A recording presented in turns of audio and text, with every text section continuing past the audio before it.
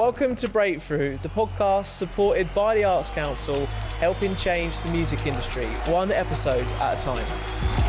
He's become one of the biggest and most viral rappers in the last few years and had a huge viral hit with To The Moon. I'm talking about JNR Choi. We've got the incredible opportunity for him to be on the podcast today. He doesn't give many interviews, but his rise to where he is now is truly incredible. Going from working in retail to then modeling in fashion, and then someone saying to him that he should try out music, to then working with people and featuring on their albums like Busta Rhymes, Quavo, and also rubbing shoulders with the one and only Akon.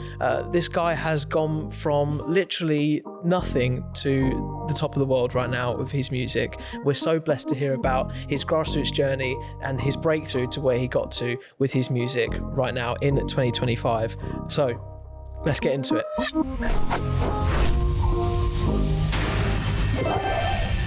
JNR, joining us live from Miami. Welcome to Breakthrough. How's it going, my man? I'm great, man. Pleasure. Thank you for having me. You're most welcome. It's so great to have you on this brand new podcast we're doing. And I've had the pleasure of following your career over the years, but also I'll just, full disclosure here, as a friend at school in our earlier lives, and to see where you are now is so, so cool. Kicking things off, we always start this on the podcast, JNR, and where it takes us in completely different directions because everyone will have a different answer for it and see it in a completely different way. But what would you say has been like your breakthrough up to now? Maybe it's not one thing, maybe it's a collection of things, man. I would say there's been a few breakthroughs. I like to look at breakthrough as in like when there's like been a shift in perspective in life that puts you on like another path, whatever it may be. So I'd say my first breakthrough was modeling against scouted. I was working a job at Topman and I got scouted one day and quit my job the next day and like began a path of like that model career. Yeah. So that would have been the first breakthrough because that opened my eyes up to a whole new world. It allowed, one thing was freedom in a sense. And and that was like the first step to a new path.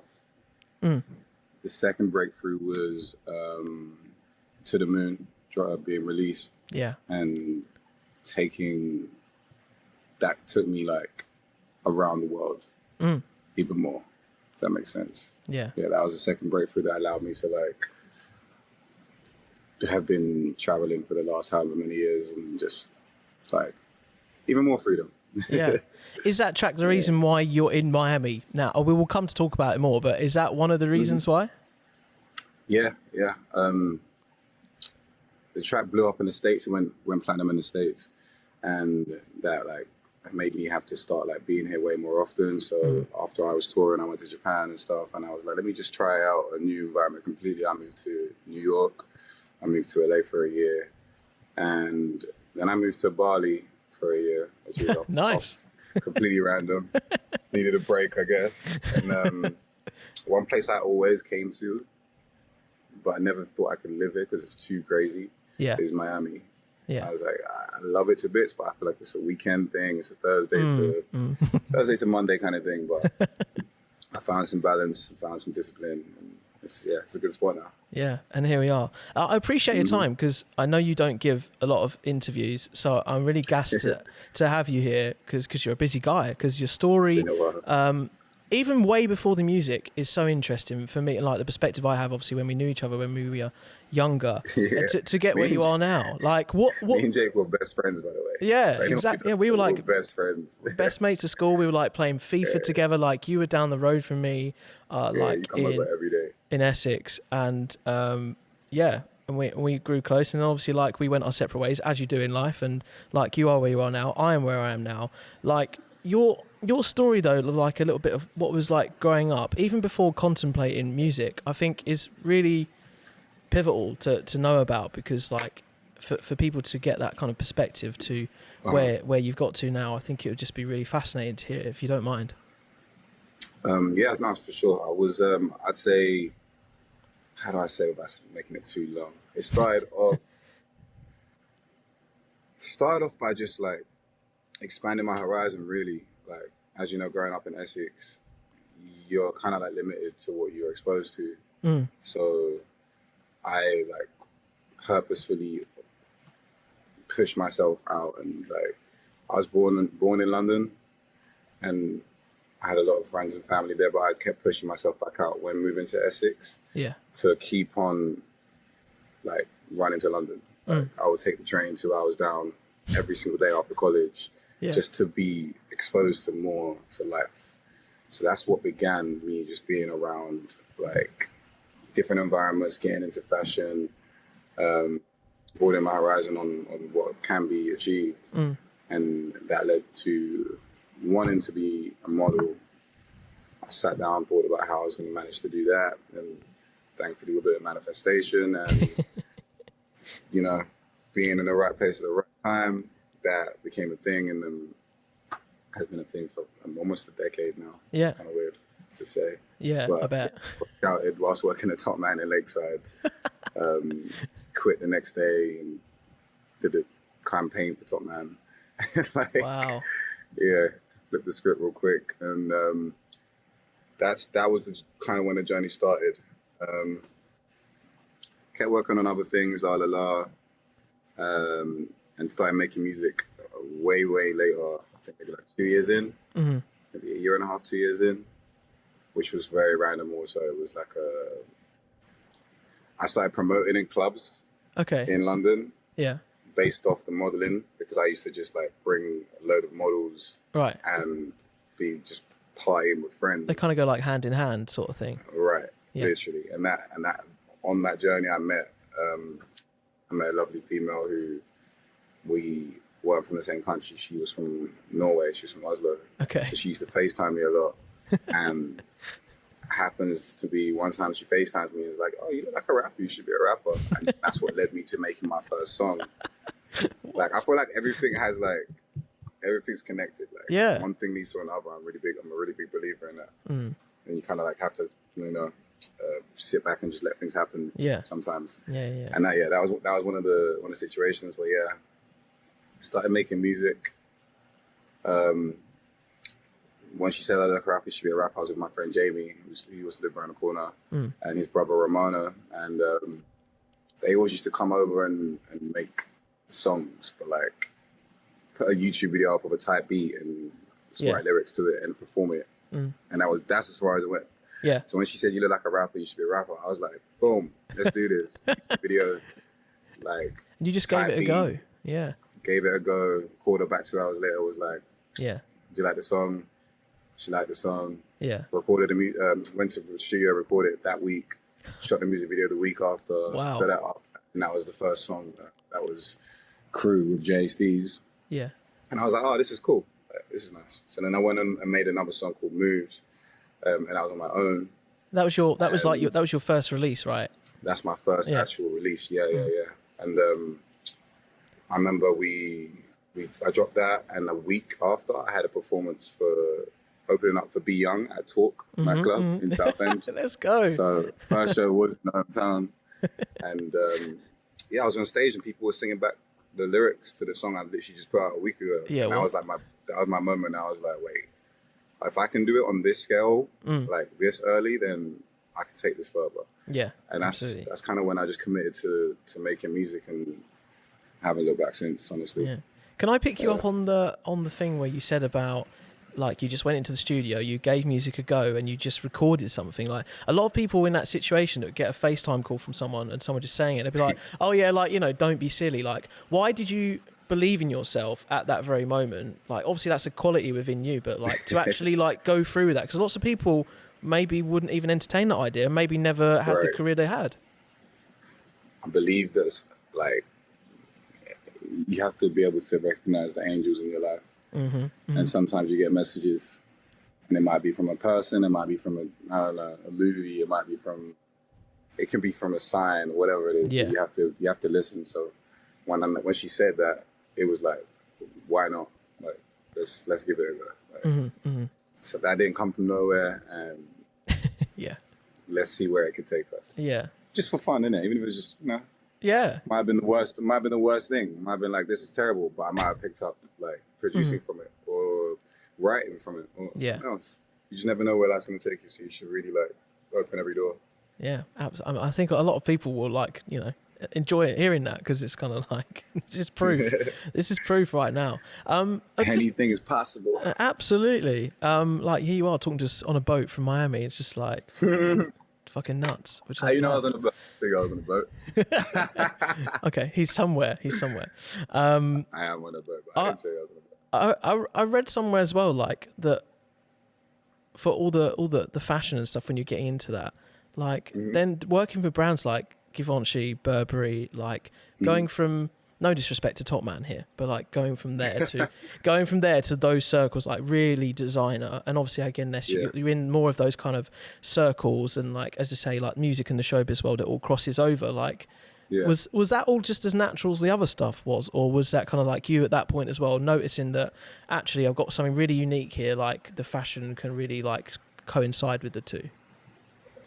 I think it was pretty natural. Yeah, from exposing myself to like more things by going to London all the time and being obsessed with Tumblr and always scrolling through pictures and like being aware of like who Matthew Williams or Virgil Abloh was. Yeah. Like quite early on, when entering the modeling world, it was kind of natural to just like, the brands weren't unfamiliar anymore. Like it was like, oh, okay, cool, this is fire, this is working. And then I personally think that the modeling set me up for the music because it made me very accustomed to a fast life. Yeah. Made me comfortable traveling a lot and being introduced to different kinds of people. Like I'd be with like a random Italian designer, a Spanish like clothing, something like, it was so many different kinds of people that set me up. It's like everything, like working in Topman set me up to be able to speak to anyone, any demographic, any age group, any skin color, cultural background, and then that set me up for when modeling and traveling to be able to speak to any kind of person. Which then set me up for the fast life, which set me up for music, so that when music came in, it wasn't so like alien to you, drastically changing, and alien. That could have. Well, I do see some people doing this, like they've gone from 0 to 100, and like it's, you don't learn any step. No one gives you a manual, so you can mess it up real quick if you don't know what you're doing. I bet. In the environment. So I don't know. I feel like everything has felt. Back to your question, I feel like everything has felt quite fluid, and everything kind of just has made sense for the next thing. So where do you get your style from? Like, can you pin it on someone in your family, like friends? Like, where does it come from? I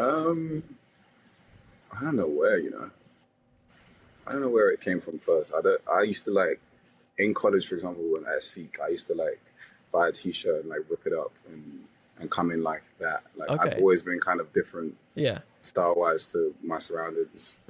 So I think maybe the Tumblr influence, maybe the being online and just seeing things that I weren't used to seeing and being more attracted to those things. I think that's where it just, I kind of went on my own little journey with it and kind of like adopted style from there. So fast forward a little bit, if we can, like I guess you've had this realization at like the show you did in Southend. You then, I guess, release more music and you sort of go down that path a little bit more. What was it like in the run up to the Moon track? Like before we get to like what happened with how that went viral on TikTok and everything, like did you see any of that coming? Was there like any conscious steps of like, no, this is gonna go off, or was it just, or again, was it just like a complete blur? I would say again, it was listening to the signs. Yeah, right. I had my own idea of what I wanted to do and how I wanted to release my next few projects, etc. But within that, I was given the sign to release that song at that specific moment. Like I was told, like I had sent the song to my personal DJ at the time, Kid Flo, and he'd had it on his USB because we did like a represent party one time, and we performed a few songs. So he had always had my songs on his USB, and he used to and still does DJ at really big clubs in London, in Mayfair. Yeah. And he played that song one time unreleased, and had peeped the reaction and was like, "Yo, this is release this is it a really now." good song. Yeah, he was like, "This is really good. Like, you need to come in and see this." So I went in like a few days later and did see for myself. He played the song. People ran up to the DJ booth trying to Shazam the song. Oh, wow. And that was like my sign. Like, all right, this is forget what you're doing right now. This is more important. This should be priority. Release the song. Like, and I think that was like a Tuesday, and I released the song on like a Friday. Wow. And like it was it instantly like took off. It was clearly different to the other songs I'd released. And then once TikTok got a hold of it, and I put that video out on TikTok, which even again, you got to listen to the signs. Someone was like, "Yeah, you need to post on TikTok. You need to drop and do this and do that." And I listened and did it, and then it went crazy. Yeah. It's like, I think, very, very shy of 300 million streams on Spotify. Yeah, I peeped that yesterday. We're real close. We're on like 299 something million streams. That's crazy. You're going to get another plat come through your door. It's gone platinum now. You're going to get one for 300 mils. Yeah, facts. Literally. What an achievement. So, like, you know, a lot of people will obviously say that's like the track the record that unlocked everything for you. Would you take that like fully as like, yes, that's absolutely the case? Or again, would you say it's like a real mixture of kind of what you were doing at the time? Because again, it's that typical thing of like people only see what's at the top of that iceberg. Yeah. I would say it definitely had a huge impact on everything, and to this day is clearly what people recognize on a worldwide basis. That's what I would say. There's a lot of people in the world that will be like, "Oh yeah, I remember like you on a campaign for Palm Angels or walking to this show or blah blah blah." But then that specific song, there's not anyone in the world that hasn't really heard it, any demographic, and that's the one that's kind of like made it. So I'm familiar with anyone who here's my name or of course here's the song. I think. And of course that is important as an artist, but I'm sure as there's also that frustrating thing. There's much more to you than that song is a big part of you, but there's much more to you, and obviously on all the other songs you've released since that like kind of go hand in hand with that. And the other interesting thing, of course, like you've released a track independently, and then it just did its thing, and then am I right in saying it got signed like because of what was going on?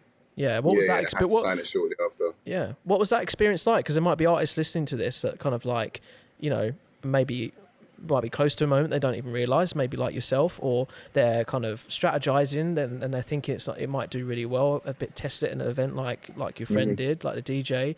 Like, how is that whole process for people like that might be kind of trying to anticipate that? It shows you the industry for real. That phase there, like when you open the doors to the actual industry, not just releasing independently and knowing knowing the steps to get started and get out there. Yeah. Having like something like that introduces you to all sides of what the game is really like, music-wise, like industry-wise, like whether I think it's not just music. I think it's like it's behind the doors. It's like you do something alone and independently for so long, and then you step into the light of whatever, like the system that everyone else is plugged and played into seeing. So that for me was an interesting journey because it got the attention of every label in the world pretty much, and they were all. I got to see like true colors of a lot of human beings. They were either very nice. They were sharks. They were very aggressive. There was a lot of manipulation. I got to see like, all right, here's the deep end, and let's see what you do with it. But I mean, for people listening, I'd say it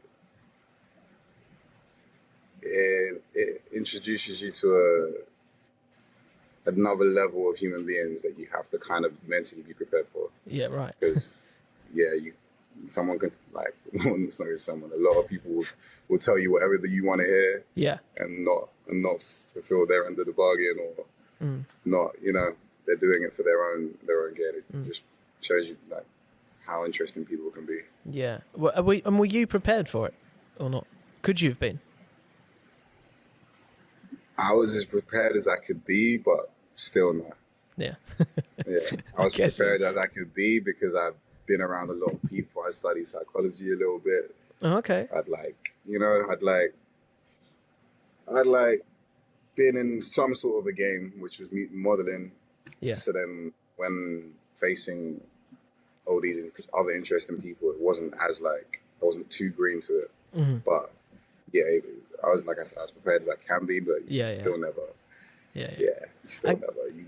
Given all of that, like, what's your relationship with the song now? Like, I guess it's given you so much, but you might have other feelings about it as well. I'm intrigued. There was as many positives as there was negatives. There was Yeah. one thing I was always saying with my friends when we started moving around, it was like, I'm just staying here. Mm-hmm. Like, I'm not letting my emotions get too high or get too low, because every day there's 3 things that are, whoa, wow, dude, just hit another million, or and at the same time I'm getting like threats for it to be taken down because I haven't cleared a sample, and oh god, legal all of issues that with here and with that, or someone else is asking for $100,000 and someone else is, and it was just like, all I can do is stay here. Yeah. All I can do is stay in the middle. Like, I'm not emotionally high, I'm not emotionally low.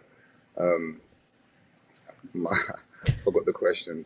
Oh no, you've answered it pretty much. You've answered it pretty well, but it's just like your relationship with it. Yeah, I guess it's kind of like my relationship with the song. Yeah, my relationship with everything is kind of the same. But I am eternally grateful for the success that it's brought. I'm eternally grateful to everyone that's involved in the song, no matter where we are in life now. And yeah, there's never going to be a time where it plays and I'm going to be like, oh, this sort of. Yeah. But of course. It's the thing that changed. That took things to the next level. Yeah. And having been signed then with that track, and forgive me if I sort of fill in the gaps if you need to, but like you chose to go back being independent. I don't know if it was like very soon after or like it was a little bit after, with obviously course what like that track there, but like you've gone back to taking back control of your music and you've even released a song called Independent, which like I think is sick, by the way, with the Careless Whisper sample. Why did you choose to do that? Did you feel like you'd learned enough at that point, like I can take this all on and I want to be in 100% of what I'm doing here? Yeah, pretty much. I feel like my only goal when signing was to study what it is that everyone can do that I can't do. Yeah. By the time I signed the song, it was already on a few million streams. It was already like, I'd done the groundwork, I'd got it mixed, mastered without anyone's help. I'd done like these steps to get to where it needed to get to. So I wanted to study what it is a label can do, or what it is the industry can do that I can't do myself. And I feel like the game has changed a lot, especially with like social media being an easy marketing tool for someone who's not exposed to a big budget or exposed to the system that the labels and people in industry can put you in. I feel like you don't really need a label anymore. And if anything, you're losing more than you're gaining, unless you I feel like you only need a label now if you haven't got capital to invest in yourself. Yeah. Or the creative juices to, again, invest in yourself. Like I feel like the capital is the same, whether it's energy-wise or whether it's finances. Like if you're gonna like do this, you need to be all in and invest all in into your marketing and how you like promote yourself, and it doesn't have to cost a thing, but you need to be 100% in it. So I feel like the game has changed to the point where right now, like, it's so easy to get people to hear what you need them to hear without having any like people in the pie. It's really. powerful. So I don't think it's as necessary. And not to say like I forget the labels, because they do play a huge part. Especially if you want like super commercial success, you need a label. Mm-hmm. Yeah, you need one, because the systems they put in place, or you have to build a super good team or start your own label. But you need one in that sense. But to make a living off of it and do what you love and keep that freedom of not having to think too much about impressing a whole office full of people that don't really understand your sound anyways and understand your vision anyways. Like, it's easier to remain independent as long as you can. As long as you can, to the point where people just come in and can see your vision from what you've displayed and fit in. So I think personally, I've got the gauge of like, you love to name drop, and I think we don't mind that on the podcast as well. And I'd love to hear about some of the connections you've made with some incredible artists like in the world, and how you've obviously earned that respect through the music you've made, and like how you've been like around them and inspired them, and you know, that they've wanted to, you know, collaborate with you, or, you know, just learn your process too. It's just like, for you to collaborate and work with some real legends of the game alongside you. Let's go one by one. Busta Rhymes featuring one of his albums. I mean, like, tell me how that kind of all went down, because for me and everyone else on Instagram, we saw that you were in the studio with him, but that's kind of about as far as it goes. So I'm so intrigued to hear more about that. Uncle Bus, me and Busta.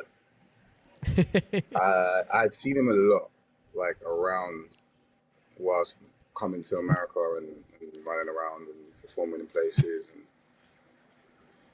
and for the reason he kind of stuck with me and we like connected a bit deeper is because he's one of the first people in the game to give me a little bit of advice. He like held me around the neck on like our first or second time meeting, and firmly said like, yo, you got yourself here. Like, it's gonna be like time to cancel out the noise and remember that you got yourself here, and you need to keep that energy in what you continue to do. And that resonated with me, and that was like one of the only him, Tory Lanez, and a few other people that given me like solid advice coming in and not knowing me, but from seeing my situation and trying to help wherever they can. And then when I moved to New York, I kept bumping into him again. And as we're walking, he's walking out of a club and I'm walking in a club. He's like, yo, no, we need to stop meeting like this. I'm gonna be in the studio from Monday to Friday at this time to this time. And I'm gonna see you there. And I was like, well, yeah, of course. Like, I'll come tomorrow. Like, I'm putting up making tomorrow. it happen, yeah. Came the next day. We got real deep in conversation before. I even thinking about music, we're talking about music. We have the same birthday. We fall on the same birthday. Oh, wow. I never knew that. Yeah, that's sick. Pretty cool.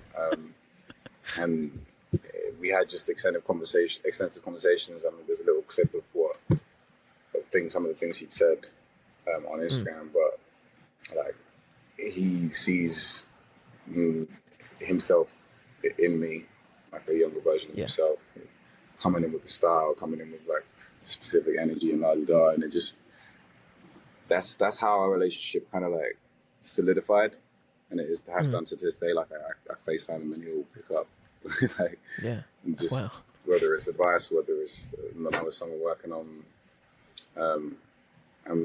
every time we're around in the same city or anything, we'll check on each other. We bumped into each other in France. We performed our song for the first time. On stage. But he didn't even know that like I was gonna be around. Like, I didn't know he was gonna be around. He didn't know I was gonna be around. He was just performing for, I think it was I don't want to get it wrong, but I think it was TikTok was having a party and he was performing on stage, and I'd come down and come in and stood where his son was and whatnot, they'd like call me, like, oh, you're here, yo, we had Pops on stage, blah, blah, blah. We're just standing on the sideline. I haven't even realized that he see me kind of thing. He's like, yeah, then I'm like, then if a few teams acknowledge me, and he must have like given the signal to his DJ to get our song prepared, because he just starts playing it. Get him up. Get him no up. warning in advance, no nothing. He's playing the song, and it was like, okay, cool, hard. Like, at first I wasn't even gonna go up there, but DJ looks at me, he was like, come on, let's do it. And that was we've got that kind of relationship where it's just very organic. It's very yeah, I love that. It's very normal. It's very fluid, and kind of like you're saying, it's from being how I am around them. Are these people that I would see as idols or whatnot? And you like just rolling up to the club again and seeing him in France again without like any sort of purpose of going to see this guy. Like, it's fate again. Yeah, like facts. Fate follows you around, man. It happens. Yeah, once you're really, really aligned with it, I mean, in like a certain frequency, just those signs, they don't come up once a month, once a week. It's like almost every day. Yeah. Mm-hmm. Quavo is next, if I can mention him, because like people recognize that name from a lot of tracks that he has featured on it. An artist, of course, in his own right. A lot of people may remember him most recently for like in the mainstream for his Calvin Harris features on his Funk Waves bounce, or the Funk Waves album or project. I think I've got that right. But you managed to like connect with him, and again, was that like a chance meeting, or was that a bit more in the pipeline? Again, like a chance meeting. One thing I'll say is going out, putting yourself out there, which I did learn from early stages. Like I said, like being in Essex and having to like forcefully expose myself to more, and stepping out to London and being around and putting myself in the places where I felt like I wanted to, grow into being. It's so important, because again, Quavo, I bumped into him out in Miami. Then I bumped into him again in Paris during Fashion Week, and I bumped into him again in LA doing whatever. And like, you need to be seen, and like, you need to be seen in person. You have to be on ground in these situations. You can't just be the thing that lives on the internet and hope that someone's going to reach out or whatnot. Like, I saw an interview of Kevin Hart yesterday, where he said he saw Jeff Bezos walk in the room, and he said, I'm going to go talk to him, and his friend was like, oh, chill, like, this is a cool setting, and his thing was like, oh, everyone's too cool nowadays, and like, the story was, the message was basically like, put yourself out there, and even if it's just a hello, I respect what you're doing, that person now remembers you, and the next time you see them, and the next time you see them, and they start to see your like surrounded. It's not just like every time they see you, you're like in the back or begging for something, or in a bad light. It's like they start seeing you in situations in like Paris, but you're performing and you're the one, like, you both got the same energy going on, and that pays off. That pays off heavily, because people see everything. Like if your energy is good enough, they're gonna want to connect more organically than some like label situation where they just put the song together and hope it does something, Like all the features I've had have all been through organic like relationships. Fabio Foreign, same thing. I think putting yourself out there is just super important when it comes to going after what you want. Yeah. And I know you didn't collaborate with Akon, but there's that cool picture. There's that cool picture on your Instagram where you very much what you're picking up on there, that whole point of like going over to him and being like, I like adore your music, thank you so much, sort of thing. Yeah, Akon's there because my mum, I grew up listening to Akon because my mum loved Akon. Like, we used to, Akon's like, technically was my favorite artist growing up. Like, I wanted the Lamborghini because of Akon. I remember you listened to him. Right, like I used to walk around the school field, like listening to Blame It On Me, like singing while I work. And then one day he just walks in the elevator in the hotel I'm staying at. And I was like, Akon. And we're from the same, we've got the same native tongue.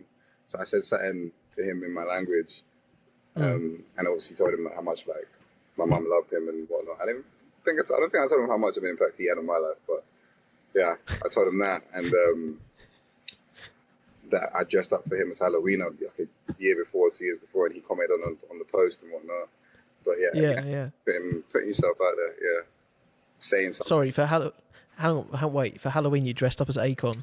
Yeah, I dressed up as a convict like 3 years ago. I love that. And just he attacked Akon, and he acknowledged it. And he saw it. Oh, I love that. That's so cool. But like you say, like you never know in the future, he might come back to you and when he the might time want is to do right, like a track on an album, or like they like do projects. Right. Yeah, absolutely. And I promise I'll finish in a second. But like you've had so cool to hear about, or like the artists you've crossed over with. I'm all right in saying you got to meet PopSmoke right before he passed. Yeah, at the studio, maybe like a year before. Yeah. I want to say, was it a year before or 2 years before? It was just before things really, really. I mean, he was already doing things in his area, but just before it went super global, it was like a week before Welcome to the Party came out. Or months before that he was basically promoting the song. Like he was showing people, and we were in the studio in Flatbush, and he'd come in the room like, "Yo, you lot from London? Listen to this song." What do you think? And he played it, and it was like, I remember taking that back to London and showing people like, "Yo, this song's crazy, this song's crazy." And then like weeks later, seeing it everywhere, I'm like, he knew what he was on. Like, his energy was correct. Yeah. Because we'll always get comparisons in the music industry. Like a lot of people will always do that because it's a good reference point for someone starting off, I guess. Or how we like, if I'm liking this person or whatever. Yeah. Like, lots of people like referenced him for you. Oh yeah, it happens to this day. Like I think someone walked past on FaceTime. Like my boy was on FaceTime to some girl, and he said something to me, and I responded, and she was like, "Oh, he sounds like PopSmoke." And it was just, I don't see it because the accent's completely different. Even his tone is way deeper and sits deeper for like. Yeah. but you know, well, you'll take it. Is. Yeah, I'm gonna take it. It. And musically too, I like think people have sort of said across that as well. Yeah, I think maybe it's because of the genre personally. Yeah. And people sometimes maybe misappropriate that, don't they? They're not completely like specific on that. They say it a bit generalistically, like kind of to box something. Yeah, which I guess is a bit annoying. I'm not offended by it. Yeah. There's definitely more people that sound like him. Yeah. I'm not going to say yes or no. Chef I don't want to land myself in the wall.